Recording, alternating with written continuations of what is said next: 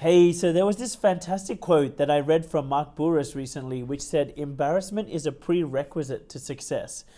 And I found it so relevant because that very same day, someone was asking me to guide them on how to set some boundaries because they were finding themselves in a work relationship where they felt the other person was taking advantage of them.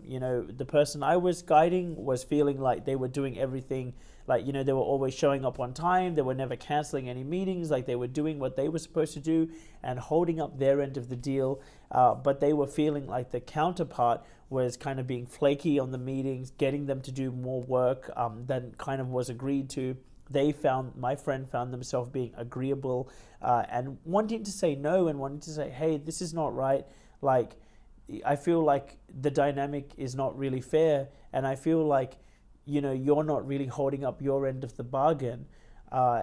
But they didn't know how to say it. And in the instance when they were supposed to stand up and say their boundary, they found themselves kind of faltering and saying, oh, no, it's okay. No, all good, like, no problem.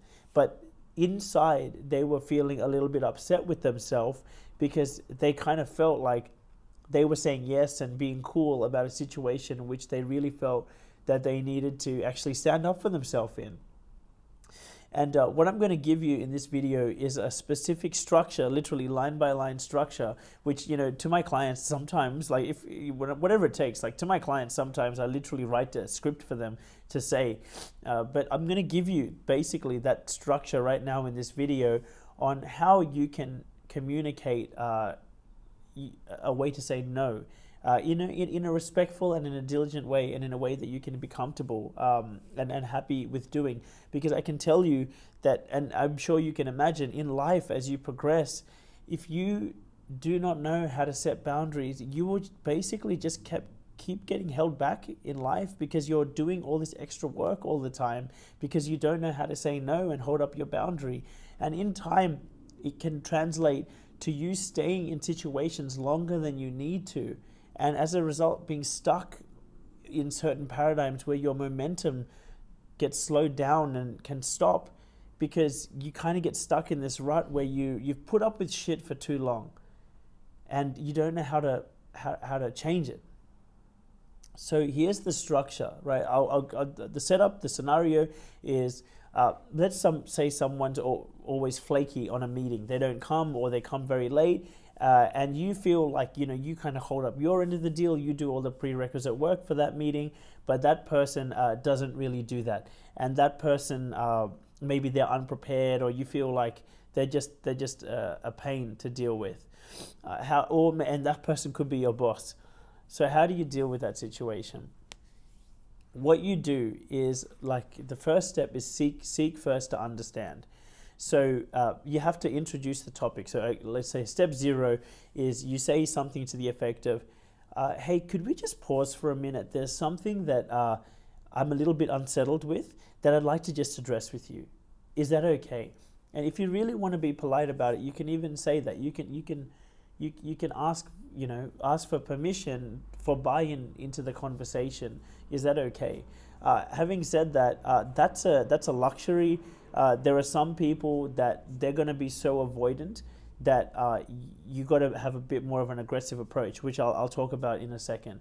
But version 1 of the script is, hey, could we, because by the way, here's what's probably going to happen. You're going to get to that meeting, they're going to get there late, and then they're going to try to avoid the fact that they were there late, or they're going to try and gloss it over. And then they're just going to try and launch into what they need you to do or what they want to say. That's an avoidance tactic, by the way. And they may not even realize they're doing it. What you do is your old habit is probably going to be like, oh shit, like, oh fuck, well, you know what, maybe we'll worry about it later because, we're already in the flow of the conversation, and, your own mind can BS your way out of it, right? So you got to be careful not to BS yourself. You got to be careful and like be present and stand up for what you believe is right. And if you're not willing to do that, I say this with all the love in my heart, then you just don't deserve it. Like, if you're not willing to kind of put yourself in that uncomfortable place to stand up for what you believe is right, then you kind of deserve to be stuck.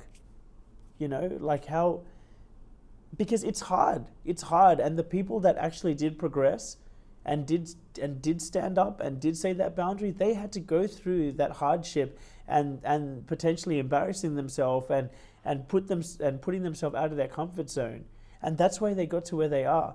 And if you're not willing to do that, then maybe you just don't deserve to be there. So I share that to hopefully resonate with you, that you've got to be willing to, like there was this beautiful Mark Burris quote, which was embarrassment is a prerequisite to success. Basically what he's saying is you've got to be willing to put yourself out there. You've got to be willing to try, because if you're not, maybe you just don't deserve it. And if you're getting upset when I say that, what I encourage you to do is think about something that you have achieved in the past, which you did really well in. Think about how you probably had to do some uncomfortable things, in terms of you had to stretch yourself and you had to train hard or commit or be disciplined at the gym or whatever it is to get the results that you have. Like, they were hard-earned results. And maybe those people who are lazy, maybe they just didn't deserve it. And in the same way, if you're not willing to stand up for yourself and potentially put yourself in an uncomfortable position, an embarrassing position, to do what you believe is right, then maybe you just don't deserve to progress. So hopefully that lands. Now, in terms of what you do in this script, going back to the script, you first say, because probably they've tried to carry the conversation away, you say, oh, excuse me, stop,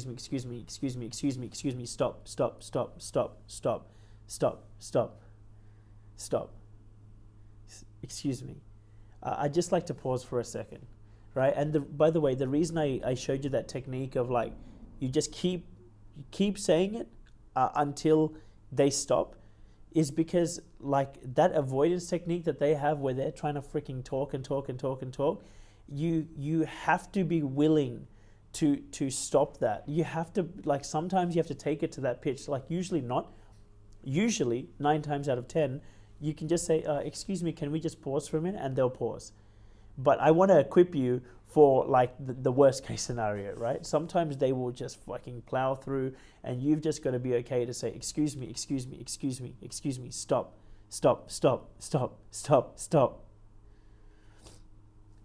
I would like to just pause for a second, because there's something that is bugging me a little bit, something that I'm a little bit unsettled about. Would it be okay if we just spoke about it for a second? And then they might say, oh, okay, what is it? And then you can give them the context. So step 2, you give them the context. The context is, listen, I know recently we've set up a few meetings, and I don't know if you've noticed this, but it looks like they often get cancelled last minute, or often it looks like, you kind of show up late to them, or often it looks like you haven't done the prerequisite work that we agreed on that you would do for us to make this meeting productive. And as a result, it kind of makes me feel like we're wasting our time here. But I don't want to jump to any conclusions.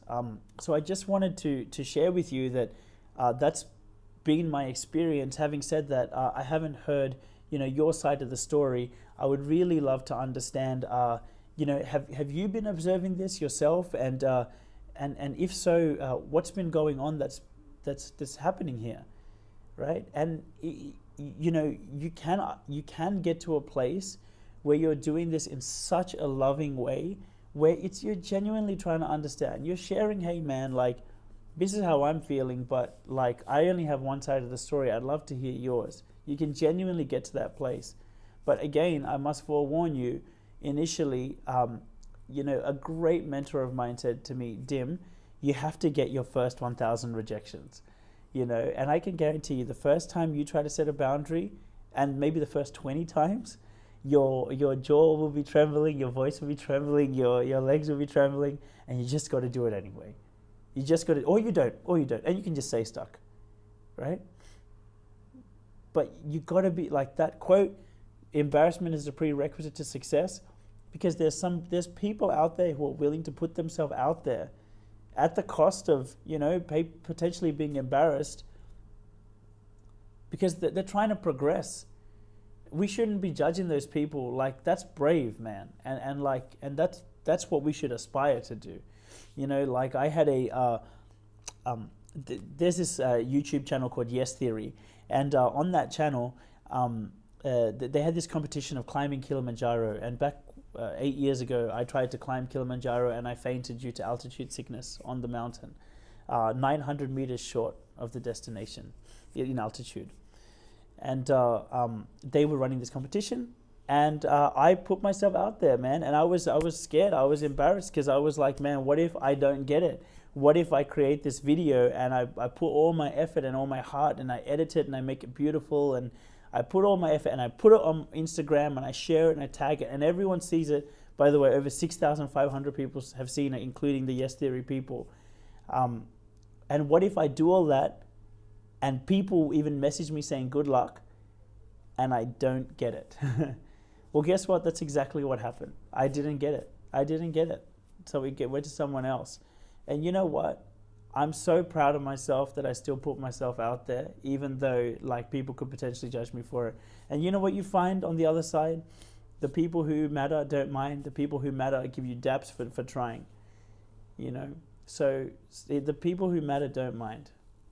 You know, and the people who judge you for it, well, like, I don't really need those friends in my life anyway. I think you know that.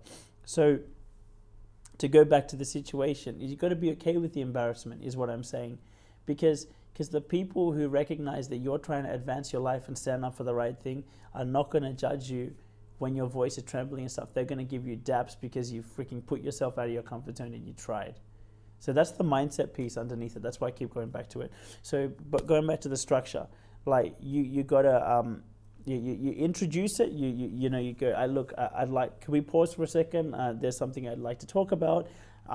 Number two, you give them the context, which is, this is what I've noticed, but I acknowledge that I don't have the whole story. Can you help me understand what's going on? And what you're doing there is you're giving them an opportunity to take responsibility of the situation. And that is going to go one of two ways.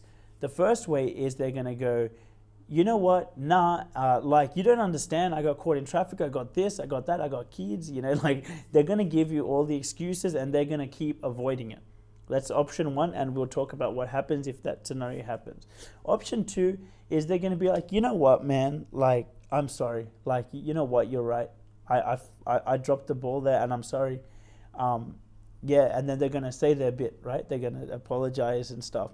And then if that scenario happens, then you can move to the next bit, which is, look, I really appreciate your apology, and then you acknowledge that that's fine, that's completely okay.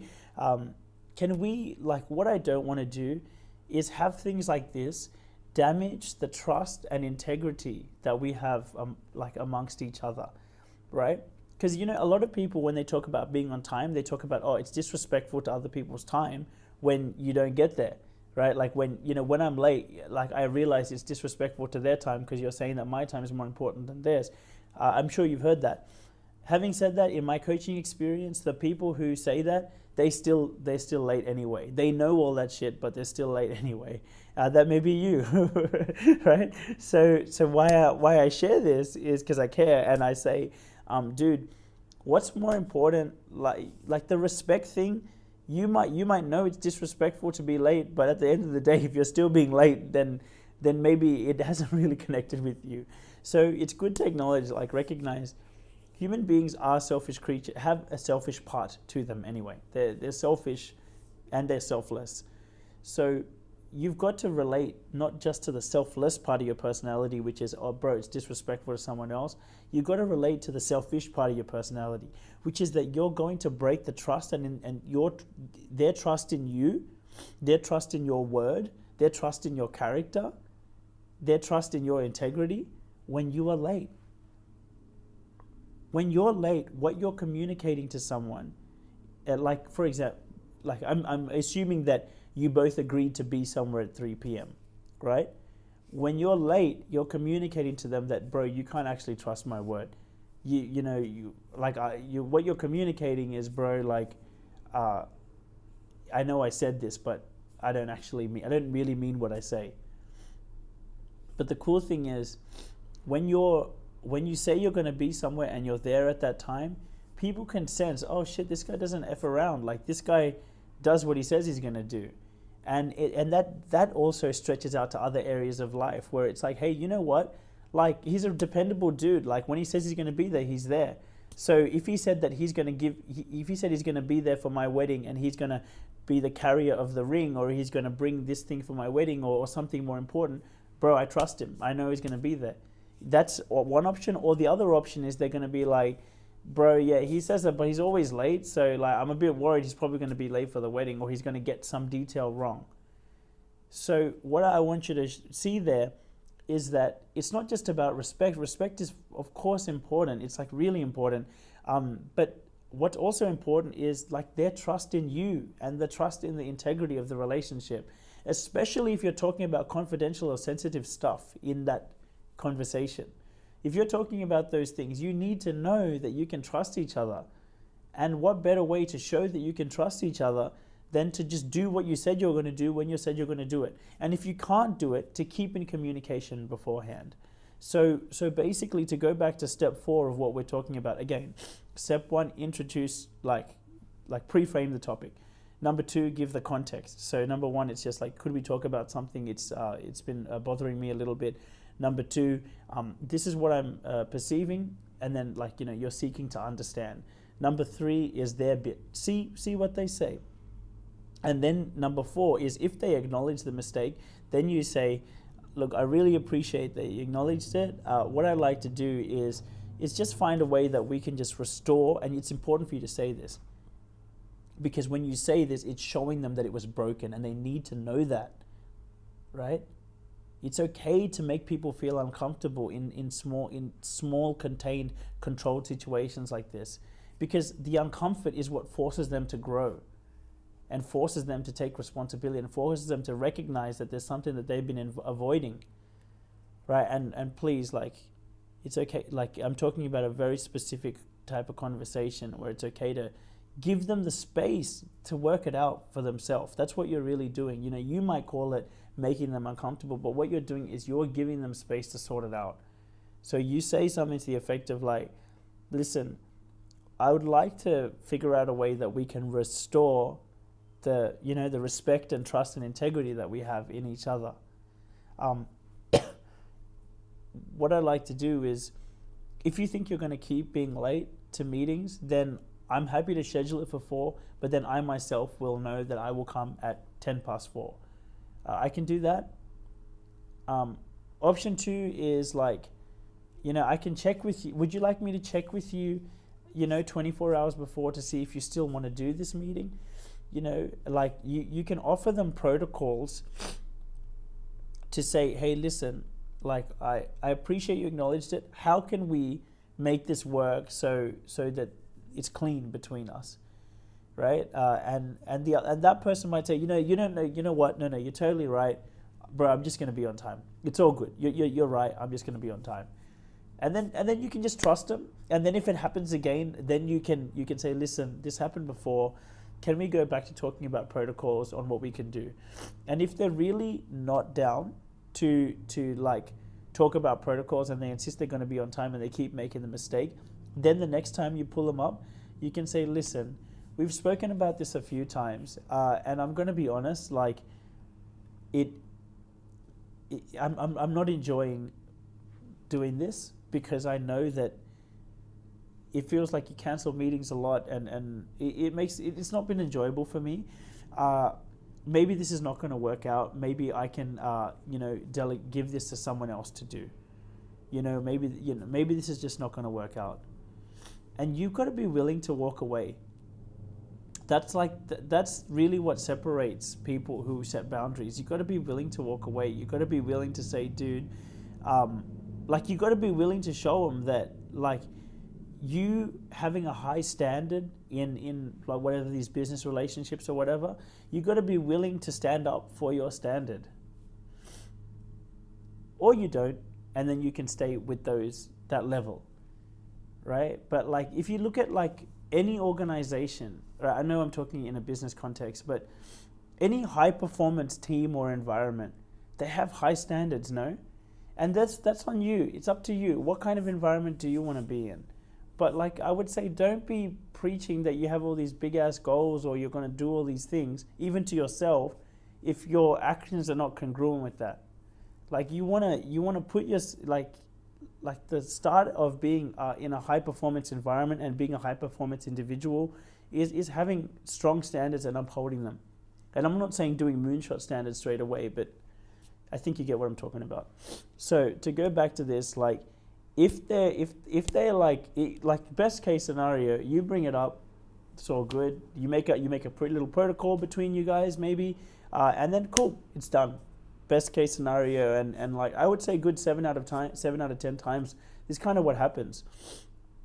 And usually, what happens in a broader scale is like the universe kind of, like you kind of learn the lesson you're meant to, and then like the life circumstances kind of change, and then you stop working with that person anyway, and you were only meant to be with that person to go through that and learn to develop a boundary.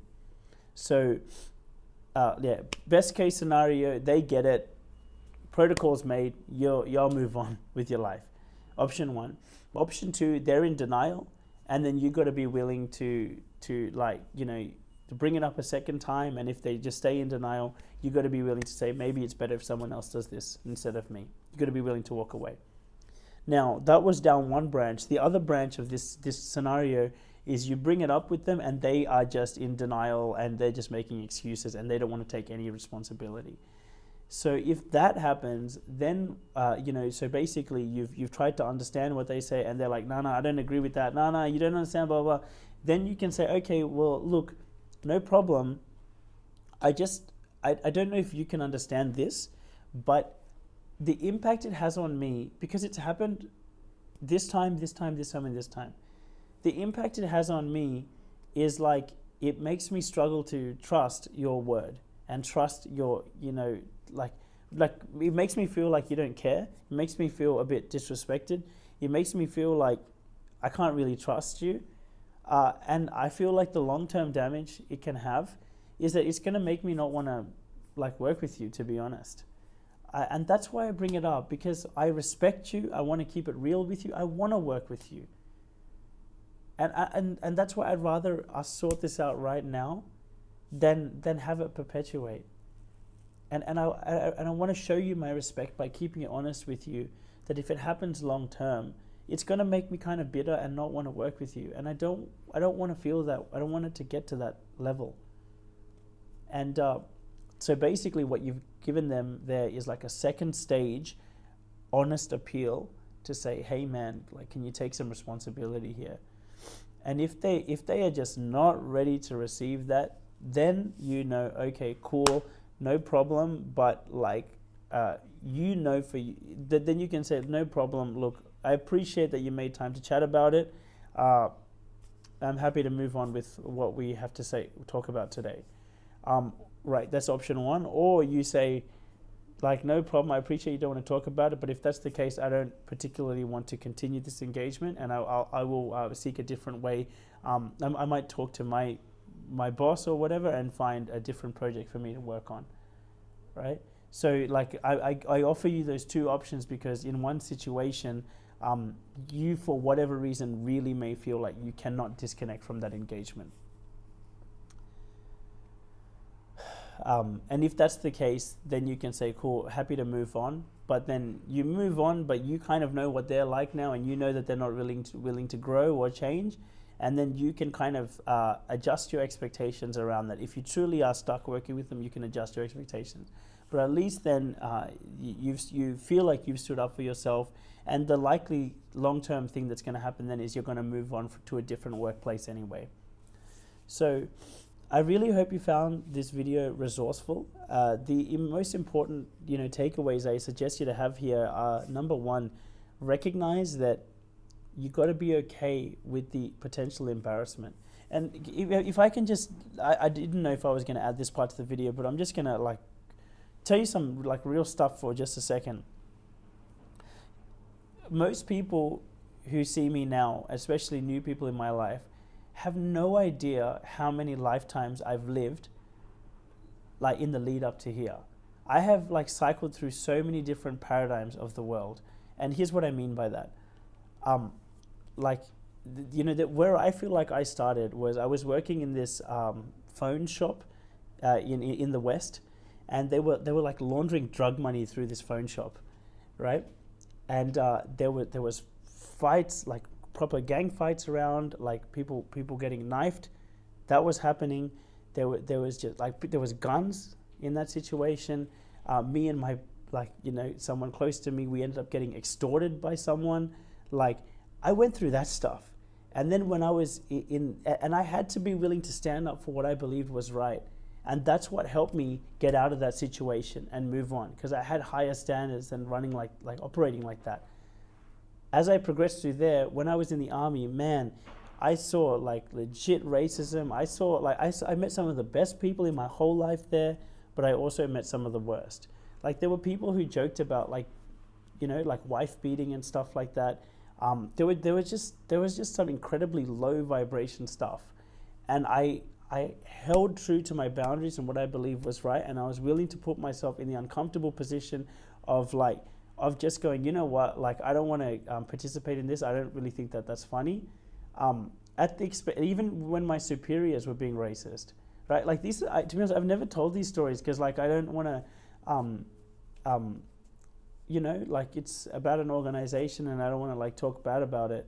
Even there's stories I haven't even told Anna about how racist like people were there. And they think it's a joke, but I'm so glad like I was willing to stand up for myself in whatever way I could possibly comprehend. And I kept trying. That's the biggest takeaway I want you to take from this.